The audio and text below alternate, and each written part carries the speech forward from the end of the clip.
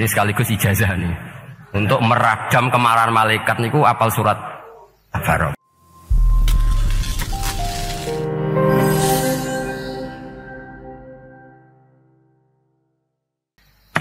Tentu masyhur sekali ya di antara yang difahami semua ulama bahwa Quran itu bisa mensyafaati ya. Masyhur sekali bahwa Quran itu bisa apa? Mensyafaati. Bahkan syafaatnya Quran itu bedanya dengan syafaatnya Nabi adalah syafaatul Quran ini menghalau atau menghadang orang biar gak sampai kena adab.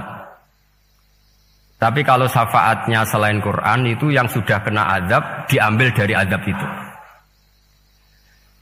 Nah, dalu niki kalau kepengen matur teng jenengan sedanten karena niki lami sekali saya kaji bahwa malaikat, nggih malaikat sinten mawon itu juga kena konstitusi aturan fikih.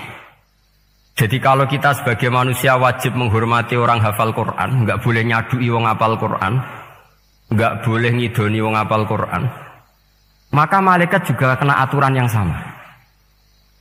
Karena dia, malaikat ini termasuk makhluk yang mukallaf, makhluk yang kena tatanan Allah Subhanahu wa taala. Sehingga Rasulullah sallallahu alaihi wasallam dawuh, surat Tabarok disebut Al-Munjiyah, Al-Waqiyah. Surat yang bisa menyelamatkan yang hafal dari siksa kubur. Pokoknya singkat cerita, ada orang itu fasik, mungkin ya layak disiksa. Pas sampai disiksa malaikat, surat Tabarok muncul menjelma sebagai seseorang. Kalau kamu menyiksa orang ini berarti nyiksa saya. Terus kata malaikat, anti min kalamillah, ya rujuknya memang perempuan karena surah itu dari muannas karena ada taknya. Anti min kalamillah, kamu ini termasuk kalamullah. Wa ana akrahu musa'ataki, tentu aku nggak berani menyiksa kamu. Ya terus berdebat kata malaikat, ini orang nggak bener, ini orang fasik, saya harus mukuli dia. Kata surat Tabarok, sak fasik-fasiknya aku itu neng hati ini, kena nyiksa dekne nyiksa aku. Wahnya debat karena nggak ada mahkamah konstitusi. Terus walhasil terus malaikat bilang gini, ya sudah kita lapor kepada Allah Subhanahu wa taala. Lapor, akhirnya surat Tabarok ini cerita ke Allah, ya Allah, ini orang setiap kali datang ke saya dari sekian surat-surat yang ada di Quran, orang ini milih saya. Yang dipelajari ya saya, yang dihafalkan juga saya. Ini kata surat Tabarok kepada Allah. Jika orang ini hafal saya tidak ngefek ke dia untuk tidak disiksa, maka mendingan saya tidak termasuk kitabika, saya tidak termasuk Quran saja. Wong dadi Quran ora iso nyafaati. Terus kata Allah, lho kowe kok emosi kata Allah. Ya harus emosi dong Gusti. Masa wis dadi Quran kok gak iso nyafaati sing apal. Terus kata Allah, wis pek aman. Makanya terus banyak orang ngapalkan surat Tabarok. Ya ini sekaligus ijazah nih. Untuk meradam kemarahan malaikat niku apal surat Tabarok. Syukur-syukur apal 114 surat. Oh niku malaikat sinten mawon pun kena nih. Cukup apal Tabarok. Sehingga adatnya orang-orang Jawa selain apal Yasin itu apal Tabarok. Nah saya itu lama sekali mempelajari bab ini. Ternyata di antara pokoknya itu satu, karena malaikat itu kena aturan fikih. Nggih imut nggih, malaikat itu juga kena aturan fikih. Jika orang hafal Quran itu haram disadui, kita haram menghinakan, maka malaikat juga kena aturan tidak boleh menghinakan orang yang hafal Quran. Dan alhamdulillah di banyak syurahul hadis, hafal Quran itu maknanya tidak harus hafal semuanya. Orang boleh hanya hafal Tabarok, boleh hanya hafal Waqiah. Itu kalau kamu hafal betul, surat ini juga bisa berdiri sendiri mensyafaati Anda. Kayak ini surat Tabarok, beliau matur kepada Allah Subhanahu wa taala. Redaksinya gini, inna fulanan amida ilayya min baini kitabika fata'allamani wa ta'alani. Jadi dari sekian surat yang ada di Quran, orang ini selalu milih saya ya Allah. Jadi gampangannya surat Tabarok, wong saya diprioritaskan orang ini, kok saya dingin-dingin saja ketika mau jenengan siksa, ini enggak fair. Apa gunanya saya sebagai kalamullah, sebagai kalamuka ya Allah, kemudian tidak ngefek kepada orang ini. Akhirnya walhasil sama Allah surat Tabarok diberi hak syafaat. Makanya akhirnya semua ulama ijma yang bisa mensyafaati itu adalah satu Quran, dua Rasulullah SAW, ketiga orang-orang soleh dan seterusnya. Tapi yang penting dari ngaji ini adalah bahwa malaikat itu kena konstitusi. Makanya saya punya ijazah untuk jenengan. Malaikat itu bisa diteror, sama tenang saja. Malaikat itu bisa diteror, bisa dibully. Masyhur itu di cerita Nurul Dhulam, karangannya Senawawi. Sayyidina Ali yang mbahnya Habib Ali ini, Sayyidina Ali bin Abi Thalib. Ya, jadi Rasulullah kita tahu punya menantu yang top alim alama namanya Sayyidina Ali. Sayyidina Ali ku yang menuso. Jadi dekne ku iseng kepengin roh Umar ku wedi. Mergo mangkel. Wong kok ning donya anggere wong tau disentak iku kepengen roh Umar disentak. Wong sak urip-uripe nyentak. Wong. Walhasil Sayyidina Ali ketika Umar wafat, beliau berdoa, ya Allah saya beri kasef supaya ngerti Umar sing mletene ngono anggere wong disentaki wani gak nyentak mungkar nakir. Mau itu tok tujuannya. Karena Sayyidina Ali itu orang yang luar biasa, walhasil dituruti oleh pangeran kasef. Wasef melihat mungkar nakir datang itu matanya kalkidril ghali kayak apa panci yang menganga. Seru. Umar baru bangun dari kubur. Sayyidina Ali sebenarnya ingin melihat kalahnya Umar sebetulnya, niatnya itu ingin melihat kalahnya Umar. Ternyata Umar tersinggung, langsung berdiri. Hei malaikat, kamu itu harus punya akhlak. Kamu tahu saya siapa? Saya ini temannya kekasihnya Allah. Yang diandalkan temannya bukan dia. Jadi boleh lah neror malaikat itu boleh. Kamu tahu saya ini siapa? Saya ini temannya kekasihnya Tuhan, kekasihnya Allah. Ya ke sopo, kancane Nabi Muhammad. Itu panik mungkar nakir. Panik terus matur Allah, ya Allah ini ada orang yang saya teror malah saya diteror. Siapa dia? Umar, temannya kekasihmu. Kata Allah, yo kowe yo sing di akhlak sithik mosok ambek kancane Nabi gitu. Semenjak itu terus sopan, ya Pak mungkar nakir. Tapi Sayyidina Ali gagal ngelihat Umar kalah. Padahal cita-citanya kepada Umar itu sekali-kali kalah. Jadi ada sekian cara untuk apa kalau dibahasakan untuk meredam malaikat. Masyhur ada ulama alim alama pekerjaannya mengajar tauhid. Ngajar tauhid lah, mungkin tauhid primbon sampai tauhid apa. Ketika meninggal sama malaikat masih ditanya marbuka, manabuka dan seterusnya. Imam Malik datang, hei malaikat, ini guru tauhid, saurip-uripe mulang tauhid, kowe ora tau mulang kok takok sing tukang mulang. Sing sopan. Ya sudah enggak usah tanya. Jadi cerita seperti ini mungkin orang lain boleh nggak percaya, tapi itu mudawwan, dibukukan di beberapa kitab, dan saya percaya itu karena secara umum kaidahnya adalah ala inna auliya Allahi la khaufun alaihim wa lahum yahzan. Tetap lahumul busyra fil hayati dunya fil akhirah. Hanya kalau wali itu ngalami ketakutan ketemu mungkar nakir, berarti dia tidak punya busyra fil akhirah. Padahal para wali ini dijamin punya busyra, mendapatkan gembira di dunia, juga mendapatkan gembira di akhirat. Artinya kalau para wali ngalami ditanya mungkar nakir, terus takut, apa mana bayangno kepuyah-puyah, wah itu lahumul busyra. Jadi makanya zaman nanti kalau ditanya mungkar nakir, marbuka, saya guru tauhid, ngajar di Qudsiyah kelas 6. Harus jelas. Saya kalau ditanya juga gitu, saya guru Minhajul Abidin, ngajar di Habib Ali, Minhajul Thalibin, harus jelas. Kalau Pak Najib lebih gampang, ketua menoro. Lebih gampang lagi. Enggak apa-apa. Kalau karena malaikat itu ternyata mukallaf. Mukallaf itu kena aturan hukum. Enggak boleh dia selonang-selonang. Kena aturan hukum. Makanya fa inna Allah ta'ala la yu'adzibu qalban wa al-Qur'an. Allah tidak akan menyiksa hati yang ada di Quran.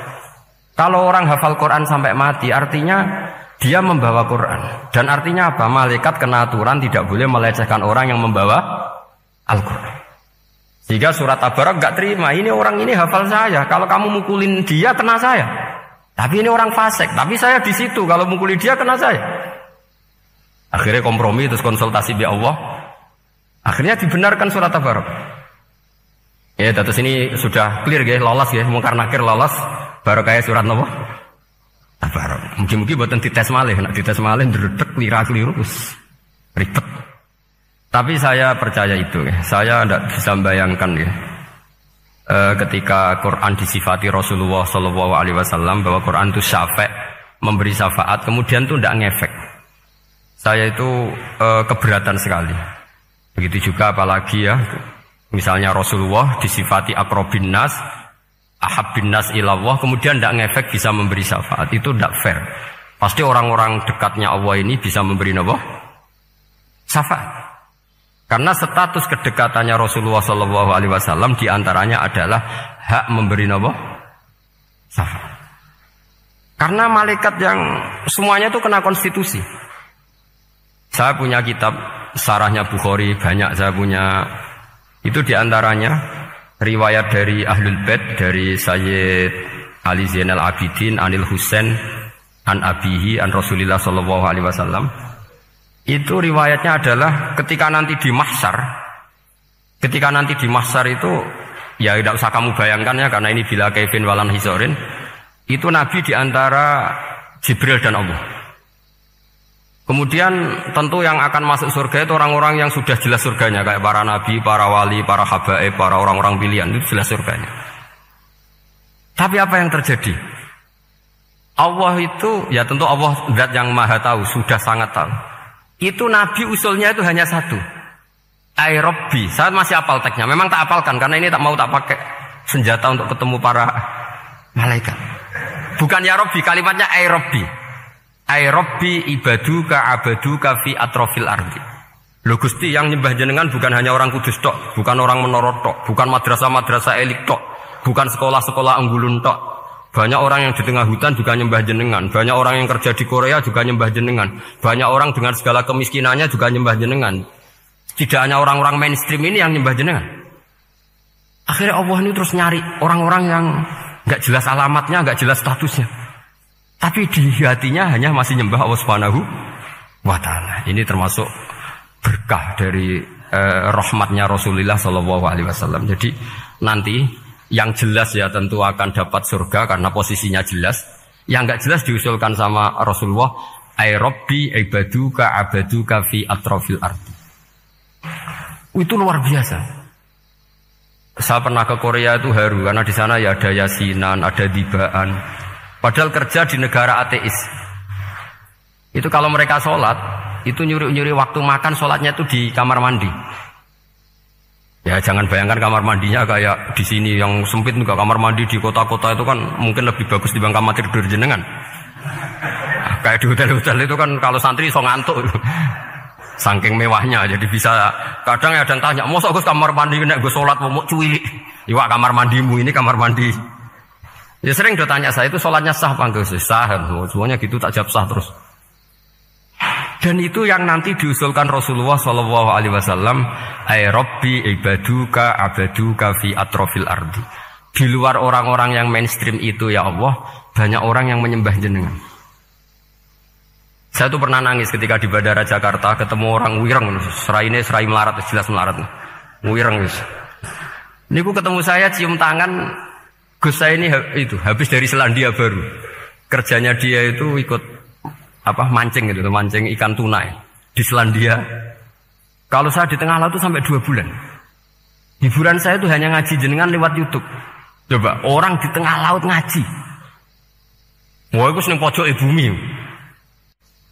Jadi ini umat Rasulullah Shallallahu Alaihi Wasallam. Makanya kalau suwon jenengan yakin saja terhadap syafaatnya Quran, karena semua malaikat itu kena aturan. Di antara aturannya adalah tidak boleh menyiksa orang yang di hatinya ada Al-Quran. Fa inna Allaha ta'ala la yu'adzibu qalban wa al-Qur'ana. Karena Allah tidak akan menyiksa hati yang ada di Quran, yang ada Qurannya. Sehingga memiliki jelas gini riwayat saking Ibnu Katsir. Semoga kula percaya, apalagi ini didhawuhkan Rasulullah SAW bahwa surat Tabarok adalah disebut munjiyah, penyelamat, juga disebut waqiyah, penjaga. Lalu biasanya orang-orang yang nggak percaya syafaat itu pertanyaannya adalah, kan manusia itu wa alaisalil insani ila masa'a, manusia itu hanya bisa membawa bekal apa yang pernah dilakukan. Itu dijawab oleh ulama-ulama kita ahli sunnah wal jamaah. Entah perlu ditambahi An-Nahdliyah apa enggak tahu saya. Saya ini kata orang banyak termasuk pengurus PBNU, tapi saya itu tetap nggak pati srek. Kalau ahli sunnah saja, tidak usah ditambahi An-Nahdliyah. Karena nanti malah tidak global ini, ahli sunnah kok lokal ini jadi ribet. Ya tapi kalau kita di Indonesia ya ditambahi An-Nahdliyah tidak apa-apa. Karena mau tidak mau memang apa ya, dalam hal ikramus sahabah mungkin kita dengan Wahabi itu sama-sama ikramus sahabah. Tapi dalam hal percaya wasilah kita ini ada miripnya dengan Syiah, karena Syiah percaya wasilah, NU percaya wasilah. Tapi dalam bab ikramu kulli sahabah beda kita dengan Syiah. Fa innas Syiin itu ada sahabat yang dihormati, ada yang enggak. Akhirnya terus kita karena itu terus bikin ahli sunnah An-Nahdiyah, karena Wahabi itu ya ahli sunnah tapi enggak percaya apa? Wasilah. Ya katanya gitu, kata para pakar-pakar. Saya sendiri hanya nirukan, saya enggak punya kepentingan untuk menganalisis itu enggak. Karena pertanyaan di kuburan itu ya gampang, nanti marbuka mana biuka itu gampang lah. Tapi ada KNU juga, ada nanti Gus pertanyaannya, wa ma jam'iyatuka. Waduh ribet itu. Lama-lama wa ma hizbuka, partai kamu apa? Ribet kan kalau semua orang kreasi nambahin malah ribet kan. Tapi lewat ngaji ini saya pastikan bahwa apa? Surat Tabarok itu luar biasa. Terus saya teruskan. Wa qad rawat Tabrani wal Hafidz Adhiya al-Muqaddasi min tariqi Salam bin Sadrusih qala Rasulullah sallallahu alaihi wasallam suratun fil Qur'ani khosomat an sahibiha hatta adkhalathul jannah. Jadi ada surat di Quran yang mati-matian membela yang hafal sampai surat itu memasukkan orang itu ke surga, yaitu tabarakalladzi biyadihil mulk. Ini yang Ani bin Abbas yang qala daraba ba'du ashabin Nabi sallallahu alaihi wasallam khifa'ahu ala qabrin wa wala yahsibu annahu qabrun. Fa idzan qabru insanin yaqra'u suratal mulki hatta khatamaha. Fa atan Nabiyya sallallahu alaihi wasallam faqala hiyal mani'ah hiyal munjiyah tunjihi min adzabil qabri. Jadi ada sahabatnya Nabi karena kemalaman dia bikin tenda di kuburan. Dia agak ngira kali itu kuburan. Ternyata di situ ada orang Sohibul Qabri ini baca surat Tabarok. Baca surat Tabarok. Kemudian peristiwa itu dilaporkan ke Rasulullah. Jawabnya Nabi apa? Memang surat Tabarok itu al-mani'ah, yang bisa menghalau atau menolak azab. Hiyal munjiyah, memang surat Tabarok itu menyelamatkan tunjihi min adzabil qabri, akan menyelamatkan orang itu dari siksa kubur. Ikut ke sekolah. Wa qala Tabrani haddatsana Muhammad bin Hasan. Terus qala Rasulullah sallallahu alaihi wasallam lawadittu annaha fi qalbi kulli insani min ummati. Karena keramatnya surat Tabarok seperti itu, kata Nabi lawadittu pakai lam taukid. Yakti seneng ingsun annaha di surah yaitu Tabarok fi qalbi kulli insani min ummati. Karena keramatnya surat Tabarok seperti itu, saya suka kalau semua umat saya itu hafal itu. Nah, alhamdulillah barokahnya didikan para kiai, para guru, hampir semua kita ini hafal surat Tabarok. Daripada yang kampanye harus hafal Quran semua, ya sudahlah, ini al-maisur la yasqutubil ma'sur atau ma la yudraku kulluh la yudraku kulluh. Jadi saya itu punya santri orang Sulawesi. Itu dulu guru gitar. Santri di Jogja, dia dulu sekolah kesenian di Jogja terus jadi guru gitar. Saya ini kan kiai fikih. Saya madzhabnya sama dengan Pak Najib, termasuk ngaramkan gitar saya ini. Mau tak haramkan kok ora gelem ngaji malah ribet, tak halal nomo gitar kok tak halal. Wis meneng ae. Wis meneng ae. Saya niru Mbah Mun nek sekone jawabane semeneng gak. Ya tak kok kadang, Gus, main gitar hukumnya piye? Kurang pegawean tak jawab bener. Halal tak haram, Gus? Kurang pegawean sejelas. Halal haram tak kok ribet. Tapi yang unik dari itu apa? Tiap tahun Beb itu datang ke saya setor surat Tabarok. Kadang ya setor 5 ayat, 20 ayat, sampai khatam. Naik pesawat dari Sulawesi. Gara-gara ngaji saya, sudahlah Gus, sementing aman. Jadi aku ning donya wis main gitar saenakku, nak gak apal Tabarok bahaya gitu. Dia ngapalkan, apal betul. Sekarang kemarin setornya khatam. Ya hanya untuk ngelawan malaikat saja itu, untuk ngelawan malaikat itu. Saya kok tertarik itu. Lah yang repot saya, Beb, saya kiainya ngajarkan itu tapi lupa ngajarkan haramnya yang gitu-gitu. Wah ya ribet ya, sudahlah nanti biar jurusi Allah Subhanahu wa taala. Sudah itu sudah.